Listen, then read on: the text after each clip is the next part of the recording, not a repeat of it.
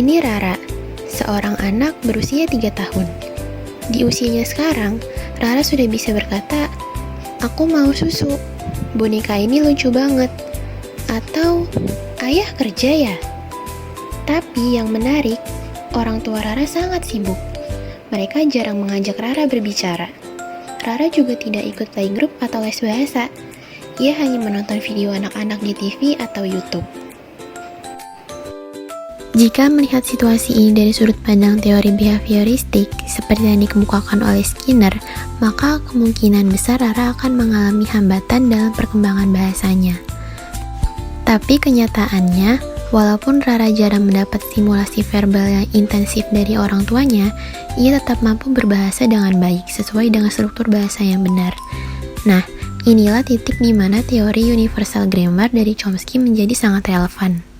Meskipun lingkungan tetap penting, kemampuan berbahasa tidak bergantung sepenuhnya pada seberapa banyak anak diajak berbicara. Karena pada dasarnya, pada universal grammar, anak-anak tetap mampu memahami struktur bahasa dan menggunakan secara benar, bahkan dari input yang sangat terbatas sekalipun. Universal grammar membuat otak anak seperti Rara secara otomatis akan menganalisis, menyaring, dan juga menyusun aturan bahasa dari input yang ia terima. Dengan kata lain, kemampuan Rara untuk berbahasa bukan karena ia diajarkan secara eksplisit, melainkan karena ia sudah punya sistem dasar dalam otaknya yang membantunya belajar bahasa hanya dengan paparan yang terbatas. Teori ini dikemukakan oleh Noam Chomsky yang merupakan seorang ahli linguistik, filsuf, dan juga intelektual asal Amerika Serikat yang dikenal sebagai bapak linguistik modern. Ia mengubah cara pandang kita terhadap bahasa dengan menyatakan bahwa kemampuan berbahasa bukan hanya hasil dari pembelajaran, tapi merupakan kemampuan bawaan manusia sejak lahir. Menurut Noam Chomsky, manusia memiliki Language Acquisition Device atau LAD, yaitu alat bawaan di otak yang membuat kita mampu mempelajari bahasa.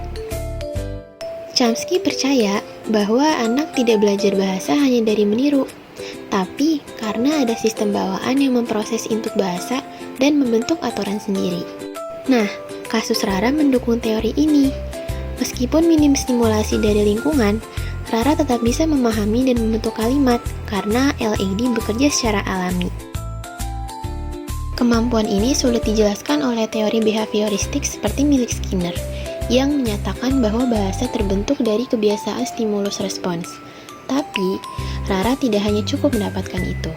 Penelitian juga menunjukkan bahwa anak-anak imigran bisa menguasai 2 bahasa, meski tanpa pengajaran formal. Ini karena LAD memungkinkan mereka menyerap pola bahasa dari lingkungan.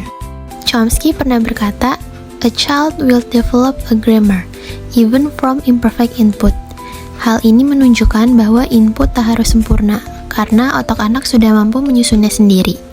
Chomsky juga mengenalkan konsep transformational generative grammar, yaitu ide bahwa otak manusia bisa menghasilkan kalimat baru yang tak terbatas dari struktur dasar yang terbatas, seperti Rara yang bisa membuat kalimat sendiri, meski belum pernah diajarkan semua bentuk kalimat tersebut.